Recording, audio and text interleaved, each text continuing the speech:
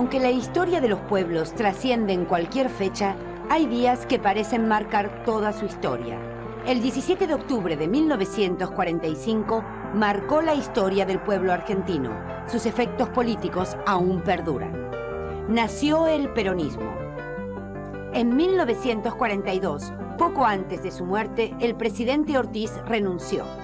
Lo sucedió su vicepresidente Ramón Castillo.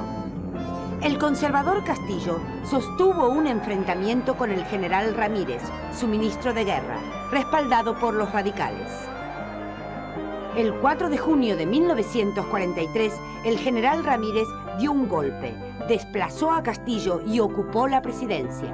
Había que allanar el camino hacia una salida electoral democrática, por más que no muchos confiasen en unas urnas que desde 1930 estaban maltrechas por tantos golpes y fraudes. En esos tiempos, la política argentina, dividida en aliadófilos y germanófilos, estaba asignada por la Guerra Mundial y las presiones de Estados Unidos para que el país le declarase la guerra a Alemania. Una corriente nacionalista del ejército se oponía a estas presiones. En marzo de 1943, con una ideología difusa que iba desde el fascismo hasta el nacionalismo a secas, un llamado Grupo de Oficiales Unidos, el GOU, donde figuraba el coronel Juan Domingo Perón, comenzó a actuar en los cuarteles. En marzo de 1944, ante un tácito ultimátum norteamericano, Ramírez rompió relaciones con Alemania, pero el 9 de mayo de 1944, presionado por los nacionalistas, Ramírez debió renunciar. El general Farrell, vicepresidente, ocupó el gobierno. El nuevo embajador de Estados Unidos, Spruill Braden, se convirtió en el referente de los aliadófilos. En agosto de 1945, la oposición convocó a una marcha por la Constitución y la libertad. La marcha nucleó a un variado espectro, desde conservadores hasta comunistas. Entre los manifestantes desfiló el embajador norteamericano Braden. Farrell nombró a Perón secretario de Trabajo y Previsión, ministro de Guerra y vicepresidente, cargos en los que desarrolló una intensa actividad. Las movilizaciones populares que se produjeron el 17 de octubre serían de esperar. Como secretario de Trabajo, Perón se había granjeado la simpatía de los obreros a través de importantes medidas como numerosos aumentos de salarios y proyectos que poco después se concretarían como la justicia de trabajo o el pago de las vacaciones. El sindicalismo argentino, hasta entonces animado por las propuestas de lucha de comunistas y socialistas, se aproximó a las soluciones inmediatas y concretas que les ofrecía Perón. El 8 de octubre de 1945, el general Ábalos pidió a Farrell que destituyese a Perón, señalado por la oposición como la eminencia gris del gobierno. Perón fue detenido y llevado a la isla Martín García y luego al hospital militar. Amplios sectores populares que no respondían a ningún partido tradicional, sino a un hombre y un proyecto, irrumpieron en la vida política. Marcharon a Plaza de Mayo y reclamaron la libertad de su líder. Los manifestantes, refrescándose los pies en la fuente de la plaza, se convirtieron en todo un símbolo. Cuando Perón volvió a la Rosada, la multitud lo aclamó. El país no volvería a ser el mismo. El gobierno convocó a elecciones. La opositora Unión Democrática, conservadores, radicales, comunistas y socialistas, entre otros, postuló la candidatura de Tamborini Mosca.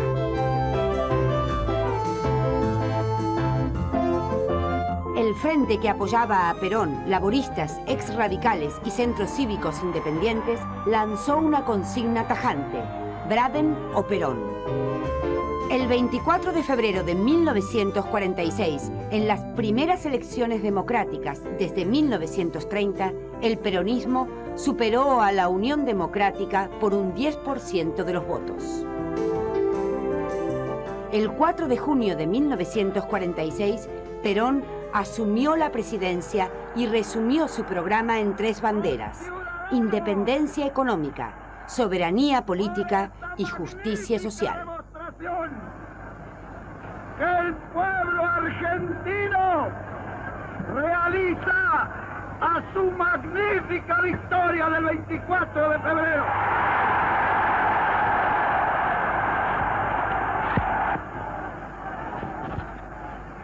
Que no haya falsos apóstoles, que no haya egoístas, que no haya interesados, y que todos podamos continuar esta cruzada sin que ninguna de las fuerzas se disocien, para ser más fuertes, para servir a la patria y para sacrificarnos si es preciso el día que llegue la necesidad.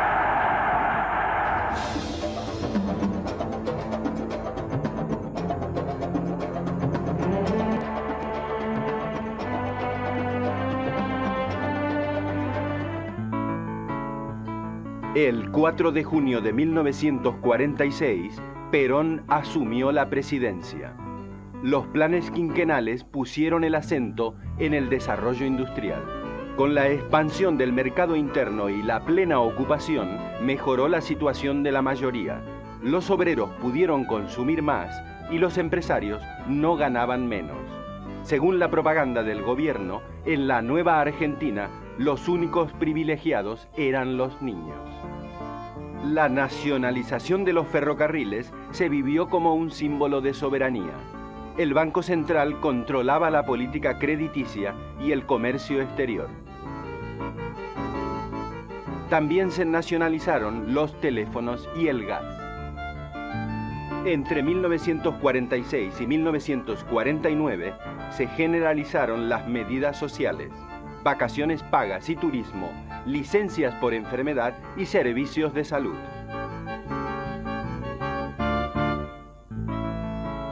Se congelaron los alquileres, se hicieron planes de vivienda, se establecieron el sistema jubilatorio y los salarios mínimos y se construyeron escuelas en todo el país.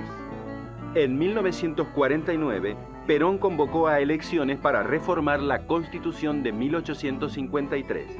La nueva Constitución consagró los derechos del trabajador, de la ancianidad, de la familia, la función social de la propiedad y la posibilidad de la reelección presidencial, lo que ocurrió en 1952. El voto femenino, sancionado por ley del Congreso y promulgado por Perón en un acto multitudinario, ya regía desde 1947. Por otra parte, el gobierno, elegido democráticamente y con amplio apoyo popular, tuvo rasgos autoritarios, suprimió la autonomía universitaria, controló los medios de comunicación e impuso la enseñanza religiosa. A varios diputados opositores le quitaron sus fueros, como al radical Ricardo Balbín, que fue encarcelado. Comenzaron a insinuarse tiempos difíciles.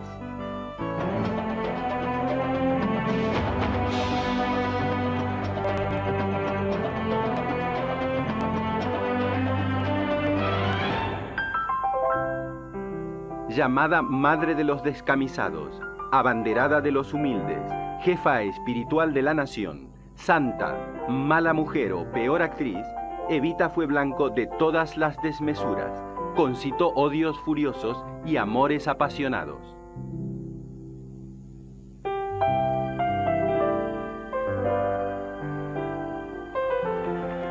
Como jefa del Partido Peronista Femenino, lideró a un electorado nuevo que hacía poco había accedido a la política gracias a la promulgación del voto femenino. Además, por su origen humilde, le insuflaba al peronismo un misticismo que iba más allá de la política concreta. Sin embargo, vestida de pieles, visitó Europa en 1947. fue homenajeada por la España franquista y el Papa le entregó una medalla de recuerdo de su visita al Vaticano. A su regreso fue recibida apoteóticamente.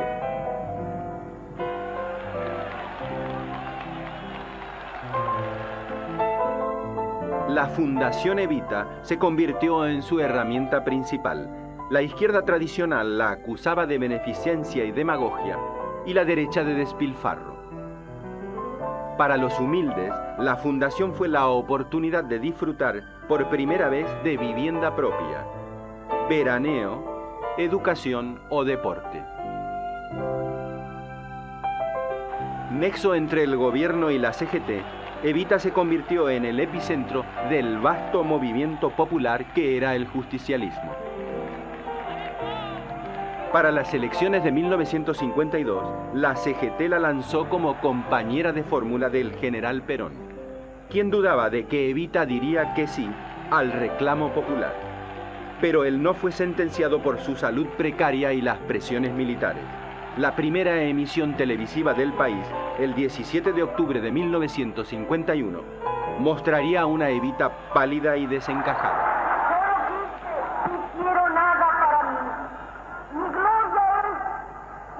Siempre el escudo de Perón y la bandera del pueblo.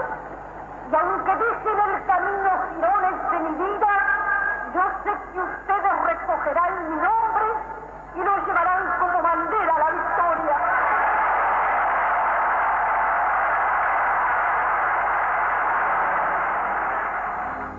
Enferma de cáncer, Evita no dejaría de votar por Perón en su lecho de muerte.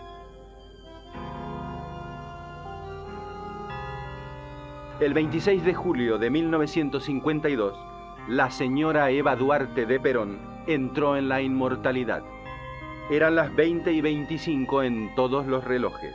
En su entierro, la cureña que transportaba sus restos fue llevada por miembros de la CGT.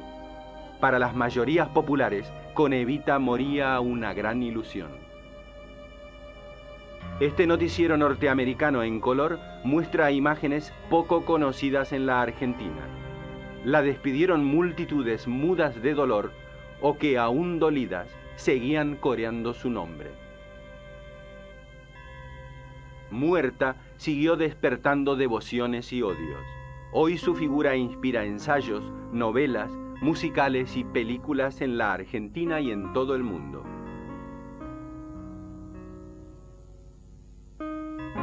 Algunos aún la recuerdan ambiciosa, vengativa y violenta. Otros todavía hacen flamear su nombre como una bandera.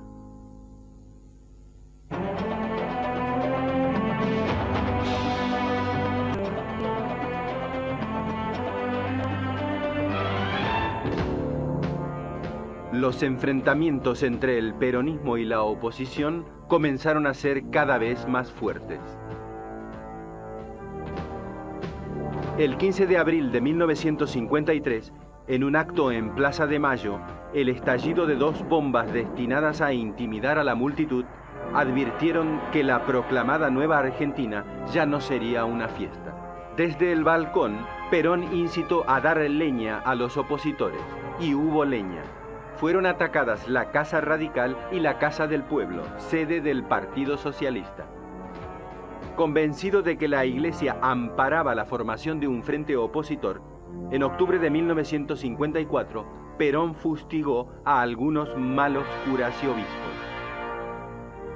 El 11 de junio de 1955, la tradicional procesión de Corpus Christi se convirtió en la primera gran manifestación antiperonista desde 1946. Bajo la acusación de que en la procesión se había quemado una bandera argentina, el gobierno expulsó del país a dos altos prelados, los monseñores Manuel Tato y Ramón Novoa. El Vaticano respondió con la excomunión de Perón. El 16 de junio debía realizarse un desfile aéreo en desagravio a la supuesta quema de la bandera. A mediodía, inesperadamente, vuelos rasantes sobre la Casa Rosada culminaron con un bombardeo indiscriminado. Un grupo de infantes de marina entró en la Casa de Gobierno, pero Perón ya se había trasladado al Ministerio de Guerra. El ataque marcó un momento trágico de la historia argentina.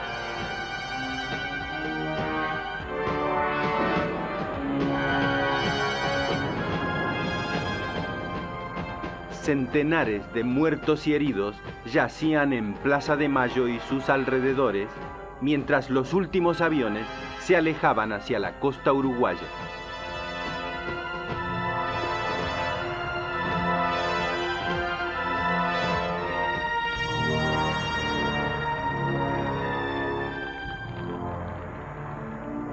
Por la noche, en represalia, grupos peronistas quemaron la curia y algunas iglesias.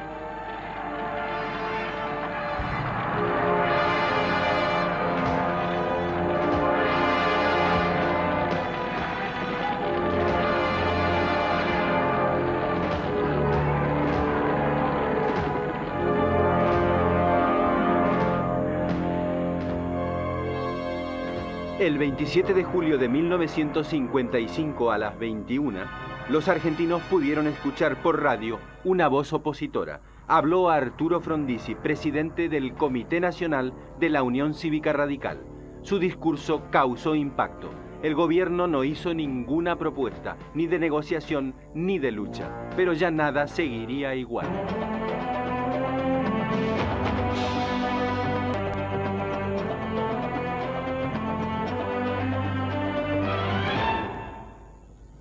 Después del bombardeo de Plaza de Mayo, nadie ignoraba que se avecinaban grandes cambios.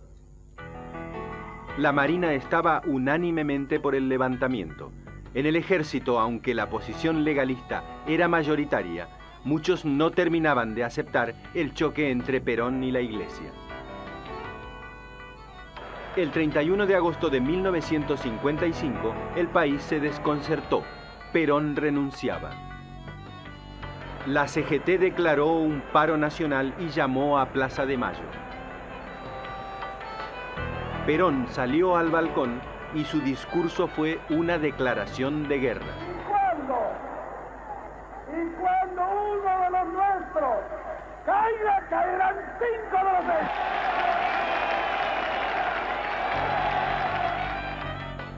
En la noche del 15 al 16 de septiembre, el general retirado Eduardo Lonardi se hizo fuerte en la Escuela de Artillería de Córdoba mientras la flota de mar avanzaba sobre Buenos Aires. Durante días, las radios aseguraron que las fuerzas leales estaban limpiando Córdoba, pero la verdad era otra. El 21 de septiembre, en una cañonera paraguaya, Perón abandonó el país. Las radios, ya en manos de los rebeldes, comenzarían a hablar del tirano prófugo. El 22 de septiembre de 1955, Lonardi juró el cargo de presidente provisional. La Argentina soportó un nuevo golpe militar. No sería el último. Para unos fue el triunfo de la Libertadora, para otros el comienzo de la Libertadura.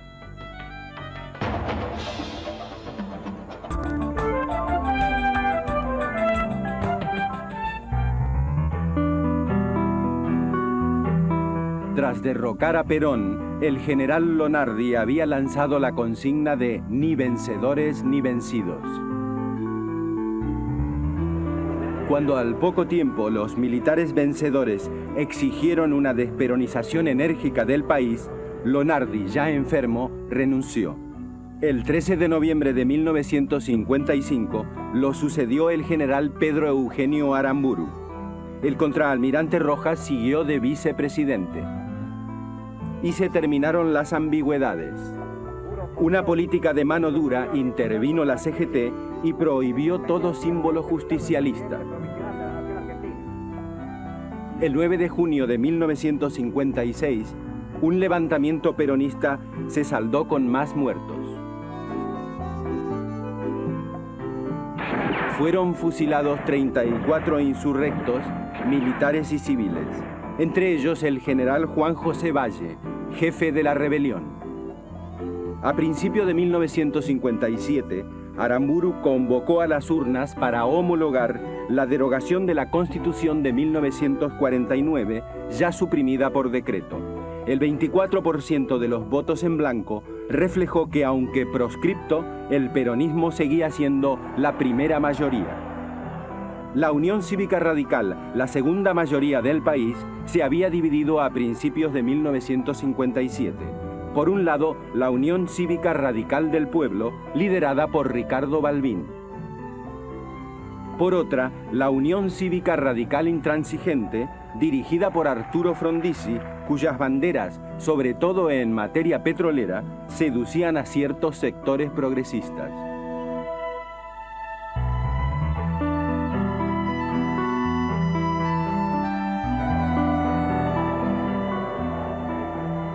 En la Convención Constituyente reunida en Santa Fe, la polémica entre Oscar Allende, de la UCRI, y Alfredo Palacios, socialista, fue enconada. Los delegados de la UCRI se retiraron. Aramburu convocó a elecciones presidenciales. Frondizi comprendió que, aún depuesto y exiliado, Perón seguía siendo un interlocutor inevitable de la política argentina.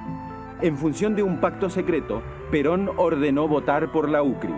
A cambio, Frondizi debía derogar la proscripción del peronismo y levantar la intervención de los sindicatos. El 23 de febrero de 1958, Frondizi obtuvo el 49% de los votos, su principal contrincante, Balbín, el 29%, y el voto en blanco, un escaso 8%. El 1 de mayo de 1958, Frondizi asumió la presidencia y la ilusión pareció renacer en el país. Pero las Fuerzas Armadas nunca le perdonarían a Frondizi el haberse entendido con Perón.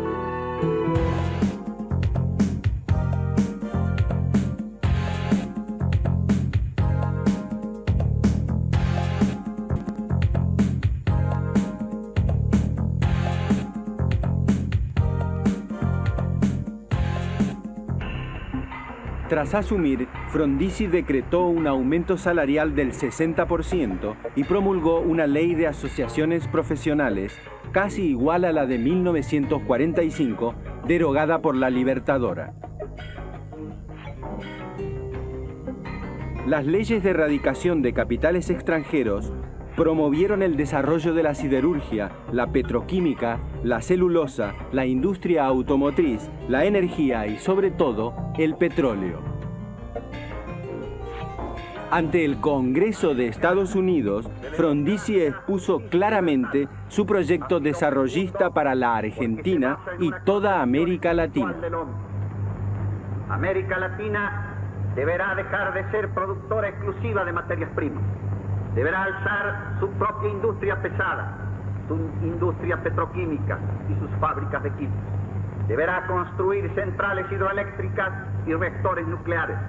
Tendrá que mecanizar y electrificar las explotaciones rurales para multiplicar la producción y elevar el nivel de vida de la familia campesina. Deberá realizar en suma el mismo proceso de expansión y complementación económica interna que condujo a los Estados Unidos a su portentoso grado de desarrollo actual.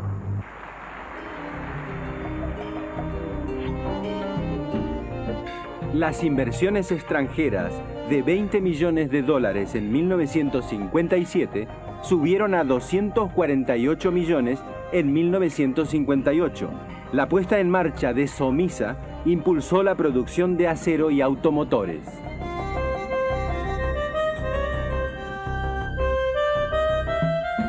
El país llegó casi al autoabastecimiento de petróleo. La expansión, sin embargo, acarreó inflación, dificultades en la balanza de pagos y especulación financiera. En diciembre de 1958, Frondizi pidió ayuda al Fondo Monetario y nombró ministro de Economía al liberal Álvaro Alzogaray. Por primera vez, un ministro se convirtió en estrella de televisión. Alzogaray, con su pizarra y su puntero, recomendó pasar el invierno, congeló los salarios y devaluó la moneda. El ajuste consiguió controlar la inflación, pero los trabajadores se movilizaron. En 1958, Frondizi autorizó el funcionamiento de universidades privadas. La enseñanza laica, defendida por un amplio abanico de izquierda y progresistas, y la libre, de inspiración católica, dividieron al país. Se sucedieron las movilizaciones estudiantiles y los choques con la policía.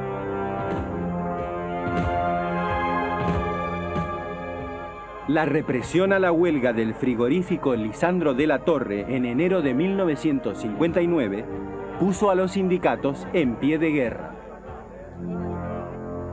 El sindicalismo, liderado por el metalúrgico Augusto Timoteo Bandor, decretó numerosas huelgas, como la de ferroviarios y bancarios.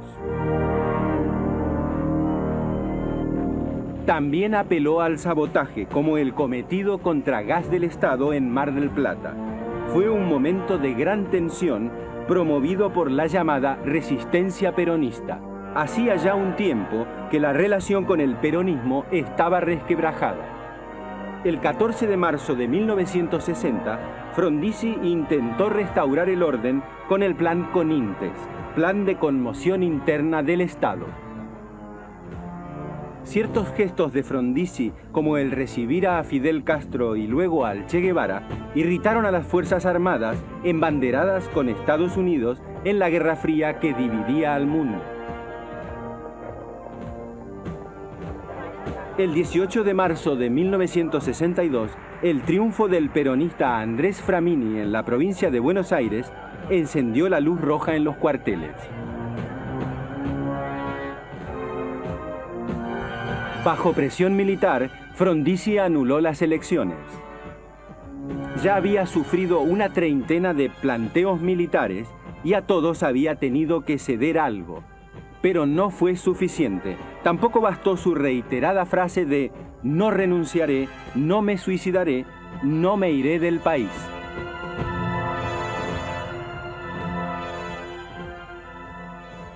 El 28 de marzo de 1962, Frondizi fue derrocado y enviado a la isla Martín García.